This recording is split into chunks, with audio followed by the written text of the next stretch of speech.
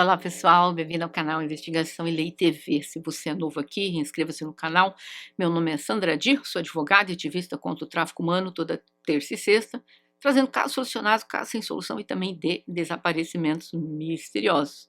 Gente, esse caso é o caso das irmãs Khachaturian. Eu vou me referir a elas às vezes como as irmãs, para não ficar toda hora citando o nome de todas. Mas vamos lá. Em 28 de julho de 2018, a polícia prendeu as irmãs Cristina, Angelina e Maria Khachaturian. O pai dessas jovens, Mikhail Khachaturian, ele nasceu no Azerbaijão em 1962. Ele veio de uma família muito conservadora, de origem armênia, com fortes laços com a igreja ortodoxa, e devido às tensões étnicas na cidade que ele morava, havia um ataque muito grande contra a população armênia, o Mikhail saiu da cidade de Baku e foi com a família dele, na época, quando jovem, por medo, né, de ser vítimas da violência, ele foi morar em Moscou. Mas lá ele tinha o objetivo de imigrar para os Estados Unidos, mas nunca ocorreu. Lá em Moscou ele conheceu Aurélia Dundan, em 1996, com quem ele casou e teve um filho, Sergei, e as três jovens. O casamento já tinha começado errado antes do casamento. A esposa dele, no dia do casamento, ela estava com os olhos inchados de tanto chorar, porque ela tinha sido agredida por ele, o Mikhail, que então era o noivo. Mas mesmo assim ela se casou e ela continuou assim, casada por 20 anos, sofrendo violência doméstica, morava em um apartamento de 2 quartos, ele, sua esposa, as filhas, o filho e um sobrinho. Mas teve uma época que chegaram a morar 10 pessoas dentro da casa, amigos e até conhecidos. Acontece que o Mikhail impôs uma série de regras rígidas para a família, proibiu a esposa de trabalhar e também restringiu as saídas da esposa. A Aurélia tinha apenas 19 anos quando engravidou do primeiro filho, o Sergei. Depois, então, em 1999, nasceu a Christine e depois a Angelina e em 2001 a Maria. Todas as filhas eram espancadas pelo pai, bem como o filho e a esposa. O Mikhail acabou expulsando a esposa de casa em 2015. Ele expulsou o filho, o Sergei, quando o filho dele estava ainda na 8ª série e proibiu que eles vissem as filhas e disse que ele tiraria a vida dela, da esposa dele, se ela tentasse aproximar-se deles. Apavorada, ela se armou de coragem e foi pedir ajuda à polícia. Mas ela não foi levada a sério. Ela, desesperada, invadiu a casa do marido dela com uma faca. O Mikhail impôs, mas acabou não dando em nada, ela acabou não sendo presa e a polícia também não fez nada. O Mikhail impôs uma série de tarefas para as filhas e começou a violar as filhas dele. Isso mesmo. Elas deveriam sempre estar ali disponíveis quando ele quisesse. Ele instalou uma campainha especial que tocava e quem que ouvisse deveria correr imediatamente para saber o que ele queria ou atendê-lo qualquer hora do dia ou da noite. Talvez poderia ser para levar comida, água ou qualquer outra coisa que ele quisesse. Ele mantinha as janelas da casa fechadas. Em 2016, uma das irmãs tentou tirar a própria vida, mas ela foi reanimada pelos médicos. Ele isolou as filhas de tal forma que elas não puderam mais estudar, e ele começou a ameaçar as filhas constantemente com diversas armas, e também instalou uma câmera para poder monitorá-las quando ele não estivesse em casa. Quando as meninas estudavam, depois ele proibiu, elas não puderam mais estudar, mas quando elas estudavam, uma psicóloga escolar tentou conversar com as meninas e com o pai sobre a situação familiar no passado. Claro que ela não sabia da violação, mas sabia da violência doméstica. Acontece que o Mikhail encerrou a conversa dizendo para ela não interferir nos assuntos familiares. E as professoras da escola preferiram então não interferir mais e não deram mais nenhum apoio a isso. Em 2017, sob pressão da Igreja Ortodoxa, a Defensoria dos Valores Tradicionais e o Parlamento acabou aprovando um projeto de lei que ficou conhecido como Lei do Tapa. Isso mesmo. e que descriminalizava a violência doméstica, qualificando somente como um ato administrativo, ou seja, crime dentro da família, bater em mulher, bater em filhos, não é um crime na Rússia, é apenas um ato administrativo. Você leva uma multa por isso. E o psicopata do presidente assinou essa bagaça. O Vladimir Putin, né? Vou nem entrar em detalhes do que eu penso daquele homem. Apesar que eu visitei o país dele 2 vezes no passado, muito bonito, mas o cara é um louco. Em 2018, as jovens, além dos abusos físicos, psicológicos e os demais abusos de violação, como eu mencionei, isso era algo que a mãe e o irmão não sabiam. Mas a violência do Mikhail era aceito como normal pela avó e pela família paterna. Eu não sei a extensão até onde que toda a família sabia disso. Talvez sabia dos maus tratos, mas não sabia das violações.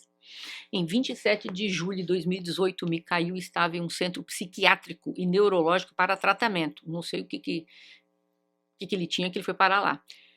Se ele era um doente mental, ele certamente não era, mas para mim um psicopata. Ao voltar para casa, ele ficou irado porque algumas despesas adicionais haviam sido feitas pelas meninas e por ele não achar o apartamento em ordem como ele queria que ficasse. Então ele colocou gás pimenta no rosto de cada uma das filhas e tal substância causou uma crise de asma tão forte que a Christine desmaiou. Ela tinha asma. E depois disso ele foi dormir. Aí a Maria decidiu que aquele dia seria o último dia que ela suportaria os abusos noturnos do pai.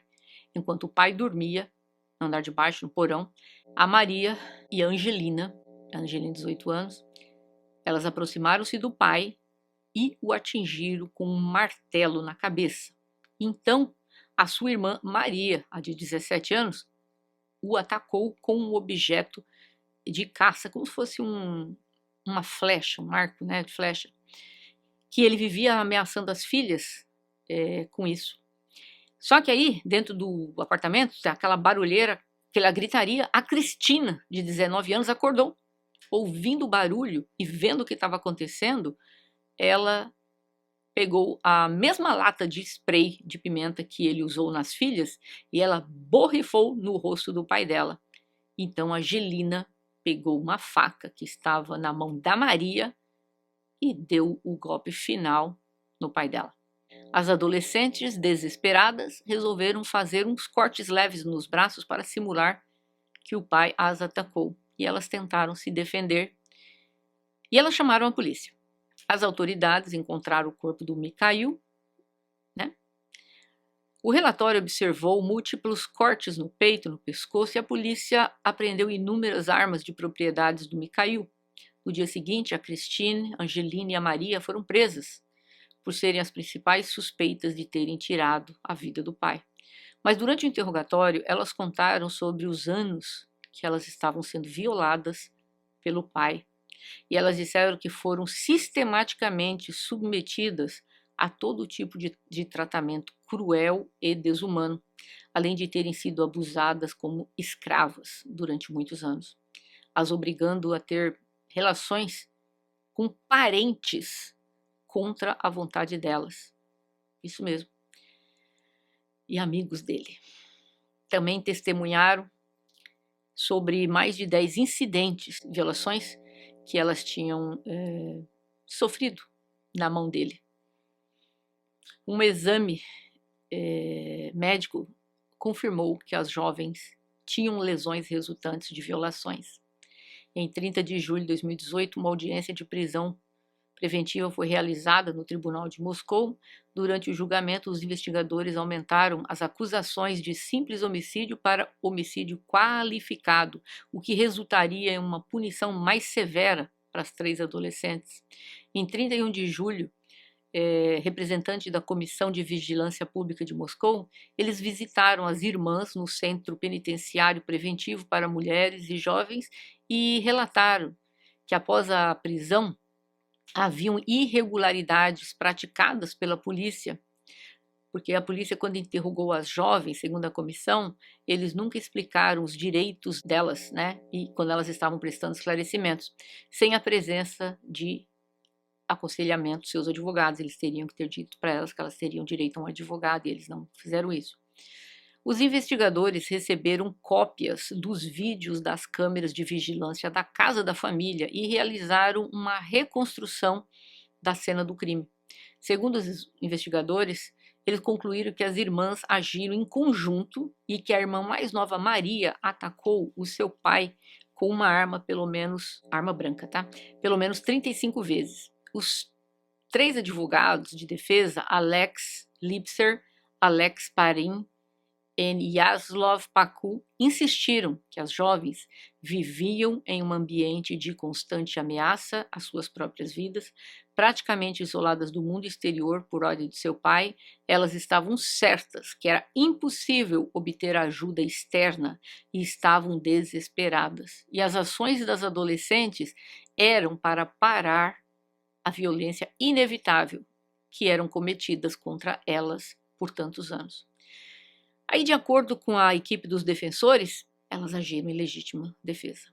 A prisão preventiva foi prorrogada por mais 2 meses e a Comissaria Russa de Direitos Humanos, a Tatiana Maskakova, considerou excessiva esta decisão de prorrogar a prisão delas. Em agosto, a investigação reconheceu que as ações imorais do Mikhail contra suas filhas e confirmou os aspectos psicológicos e também confirmaram que esse dejeto violou as 3 filhas por tantos anos. Após um exame de saúde mental das irmãs, foi reconhecido que a irmã mais nova, Maria, não agiu em posse de suas faculdades mentais e, portanto, ela não poderia estar sendo penalizada por suas ações. Então, ela foi transferida para um hospital psiquiátrico na prisão de Butyrka. De acordo com a avaliação das outras 2 irmãs, elas eram mentalmente saudáveis na época do ocorrido, mas os peritos as diagnosticaram com a síndrome da mulher agredida. E em setembro, a Maria, a Angelina, que é mais nova, elas foram liberadas do centro de detenção, mas foram proibidas de usar a internet por 3 meses, bem como comunicar-se com os familiares e uma com a outra. À medida que o processo judicial avançava, a opinião pública ganhava força a favor das 3 irmãs, graças ao trabalho dos jornalistas de várias partes do mundo, que escreveram e contaram que as irmãs foram submetidas, vivenciaram todo o tipo de coisas que elas sofreram na mão desse psicopata. Os advogados adotaram uma estratégia de defesa que negava que houve conspiração premeditada e focou na espontaneidade das ações das irmãs que culminaram que ele falecesse. E devido ao estado emocional das mesmas, acabou acontecendo o que aconteceu. Em mensagens de textos obtidas pelo celular do Mikhail e por publicações nas redes sociais por um dos advogados, ficou evidente que o pai ameaçava as filhas e as forçava a ter intimidade com ele. E havia uma mensagem de texto de abril de 2018 onde o Mikhail ameaçava tirar a vida das irmãs e disse que elas morreriam como se elas fossem uma PUTA. A investigação divulgou um vídeo onde continha cenas de maus tratos das irmãs e ficou claro que o Mikhail gritava e batia nas filhas. Dessa forma, as autoridades públicas então iniciaram uma fiscalização após órgãos locais de proteção da criança e responderam à denúncia apresentada pelos 3 advogados de defesa das irmãs, que indicavam que as organizações não tomaram as medidas necessárias após receber as reclamações sobre as irmãs por parte da professora da escola e também por parte da mãe. Soube-se que Mikhail foi repetidamente denunciado à polícia. As agências que denunciavam se fizeram de desentendidas e disseram que não receberam tais denúncias, tanto pela linha direta quanto pela delegacia local. A mãe das meninas, Aurélia, disse que a falha da polícia foi devida aos laços do Mikhail com os chefes da polícia local. Essa informação foi posteriormente confirmada por informação de um jornal chamado Russian Investigative Journal, que destacava que na Rússia a violência doméstica raramente é discutida publicamente. Os advogados, os ativistas argumentaram que as meninas agiram para salvar suas próprias vidas e focavam na responsabilidade pelos acontecimentos nas fracas proteções da lei em vigor para as vítimas de abusos, num país onde a pena para a violência doméstica foram suavizadas nos últimos anos, alegando que isso deixava as vítimas à mercê de se defenderem por si só. Não deram às irmãs o devido apoio, mesmo sabendo de tudo. Vários familiares do Mikhail defenderam aquele dejeto e chamaram as meninas de mentirosas.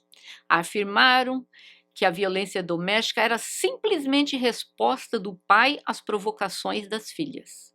Segundo os familiares, elas tiravam dinheiro dele e que elas queriam eliminar o pai porque elas queriam ficar com o dinheiro do pai, um dinheiro que ele não tinha, né? Para vocês terem ideia, a avó cancelou a locação do apartamento que elas moravam. Que família. Uma das tias, a irmã do Mikhail, garantiu que não foram encontrados indícios de violações, mas foram. Foi confirmado.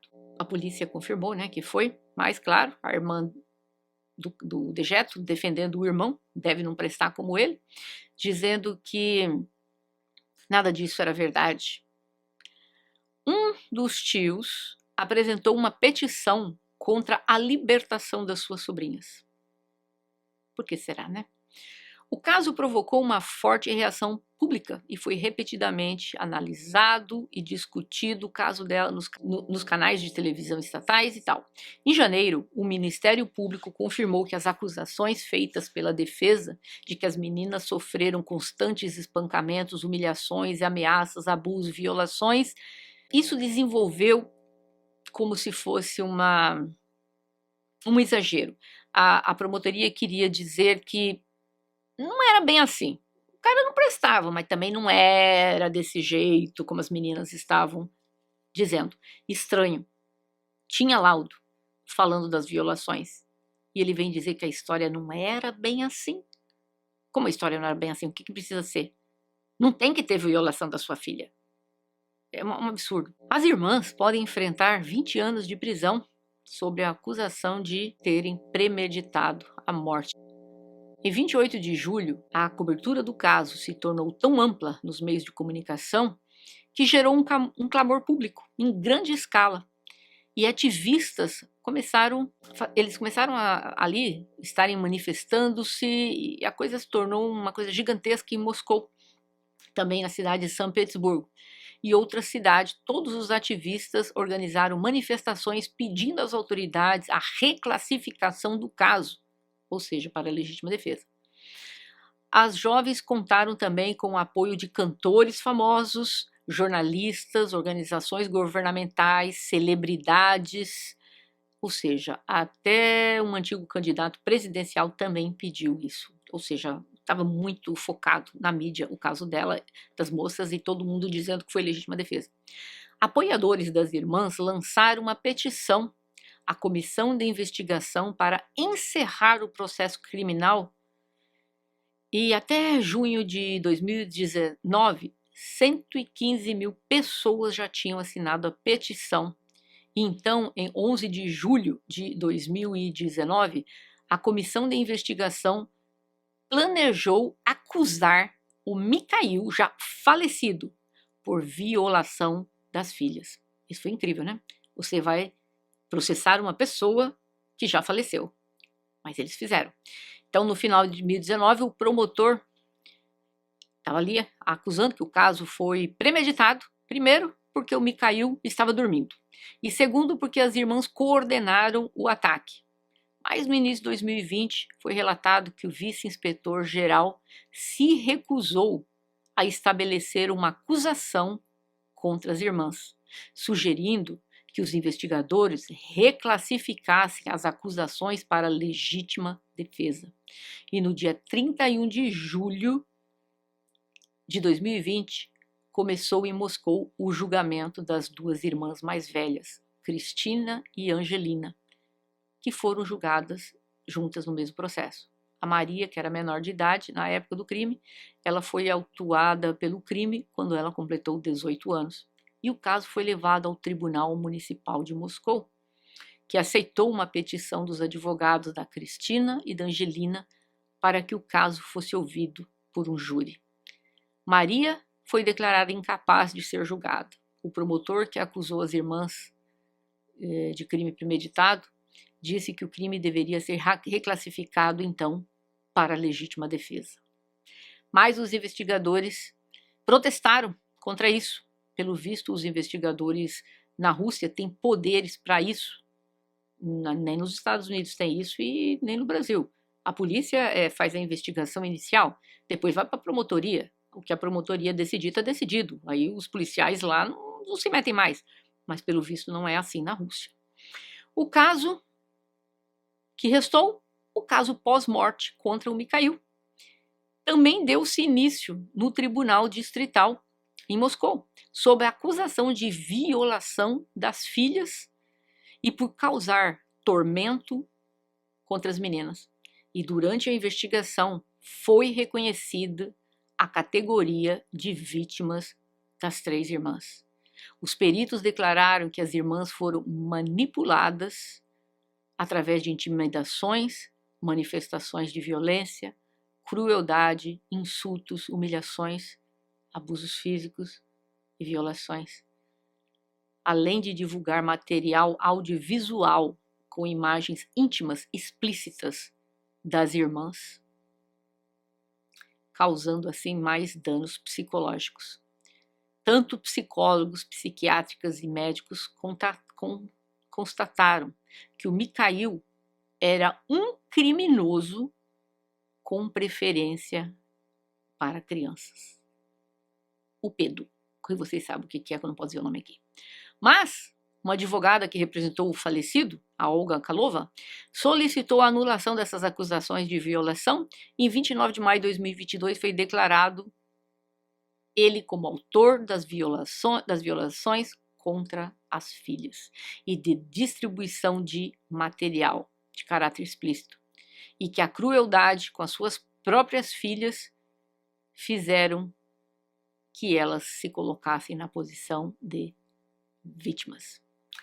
Então, o crime pode ser reclassificado como legítima defesa, mas agora até outubro de 2023, a Cristina e a Angelina estão agora em casa cumprindo prisão domiciliar, mas o julgamento ainda não ocorreu. Mas possivelmente eles fizeram o julgamento do Mikhail dejeto falecido, né? Com ele falecido.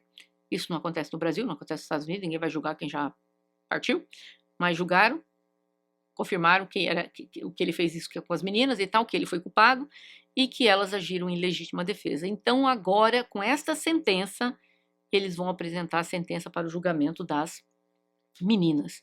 Então, uma nova avaliação psicológica foi feita e as três irmãs sofrem de estresse pós-traumático. Então, possivelmente, as duas ações das irmãs ou serão levadas a júri popular ou serão retiradas. Eu acredito que vão acabar sendo retiradas. Uma pena que elas não podem se comunicar umas com as outras, as irmãs, por ordem judicial. Para quê? Porque em caso que elas sejam ouvidas, elas não têm uma história combinada entre elas. Essa é a história de hoje. Espero que seja retirada a ação contra essas jovens. Uma vergonha que a violência doméstica passou a ser no país lá alguma coisa meio que banal, é um ato administrativo, não é um ato criminal, que é horroroso, mas pelo menos do outro lado funcionou dizendo que esse traste fez isso com as meninas. E eu tenho plena certeza que se for para júri popular, eu duvido que vá, elas vão ser absolvidas. Eu vou estar trazendo aqui para vocês quando sair o julgamento delas. Eu gostaria de ouvir de vocês por que esses parentes, avó, tias, Gente, tem laudo psicológico falando, tem laudo médico confirmando tudo isso das meninas. Como que esse povo ainda defende esse infeliz? Eu não entendo. Eu gostaria de ouvir a opinião de vocês. O que leva uma família a ainda se pôr do lado de um homem como foi esse Mikhail? Eu gostaria de ouvir de vocês. E se vocês acharam essa história interessante, dê o like aí para o YouTube entender que esse vídeo é bom e nos vemos em breve. Até mais. E eu volto aqui a postar quando sair o julgamento das meninas, tá bom? Até mais.